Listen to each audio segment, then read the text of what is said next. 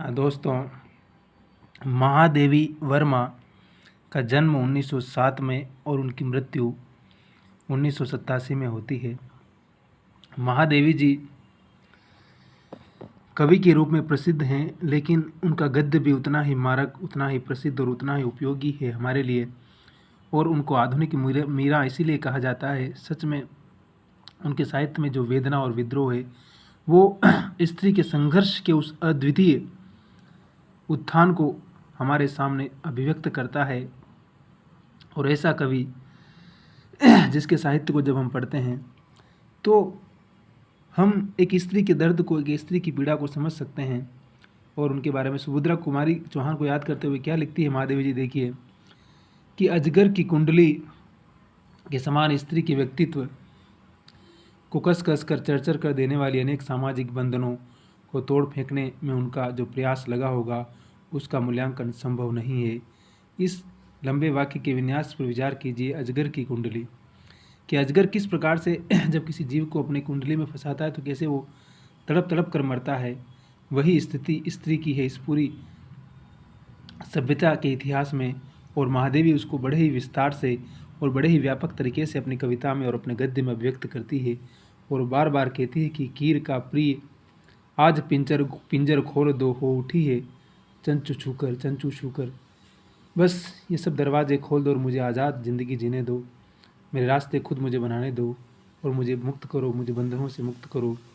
महादेवी की बहुत ही प्रसिद्ध किताब है श्रृंखला की गड़िया। वो हमें सबको पढ़नी चाहिए, ज़रूर पढ़नी चाहिए।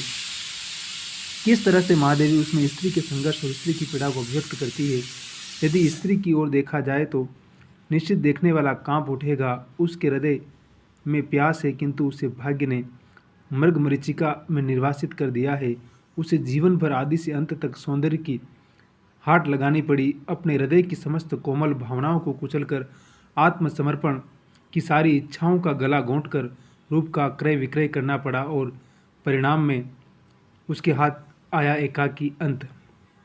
तो ये स्त्री की पीड़ा है कि उसे सब कुछ दिखाना पड़ता है। उसे अपने सौंदर्य का हाट बाजार लगाना पड़ता है। उसे अपने पति को मोहित करना पड़ता है। और उससे जीवन में मिलता कुछ भी नहीं है। जब तक वो सुंदर है, जब तक खूबसूरत है, तब तक उसकी सब कोई दीवाना है। लेकिन जब उसका सौंदर्य खत्म हो गया उसके बाद उसे मिलता है एकाकी जीवन, जहाँ न उसका आत्मसम्मान है, न उसे कोई रिस्पेक्ट है, न उसे ज़िंदगी जीने के कोई लम्हे हैं, जहाँ वो हमेशा अपने आप को अकेला और तन्हा पाती है। तो महादेवी की रचना, महादेवी का साहित्य उसी स्त्री की पीड़ा की अभिव्यक्ति है जो बार बार मनुष्य के संघर्ष और मनुष्य की उस वेदना के भीतर स्त्री की वेदना को वो आज़ाद करने की बात करती है। और कीर का प्रिय आज पिंजर खोल दो, ये जो तोता है इसका पिंजरा खोल दो ताकि उड़ सके। और ये उड़ने की आकांक्षा ही महादेवी की ताकत है। हंसते रहिए, मुस्कुराते रहिए, खुश रहिए और हमारे चैनल पर आइए, सब्सक्राइब कीजिए और जीवन में हमेशा आशावादी रहिए। अच्छा होगा, ऑप्टिमिज्म बहुत ज़रूरी है। आशावाद ही हमें ज़िंदा रख सकता है और वही हमें संघर्षों से लड़ने की ताकत दे सकता है, जीवन की निराशाओं को ख़त्म कर सकता है। और हम जब थक जाते हैं थोड़ा आराम करके वापस आगे बढ़ सकते हैं। यही जीवन का मर्म है और यही जीवन का सत्य है। इसलिए निराश होने की आवश्यकता नहीं है। खुश रहिए, हंसते रहिए, मुस्कुराते रहिए।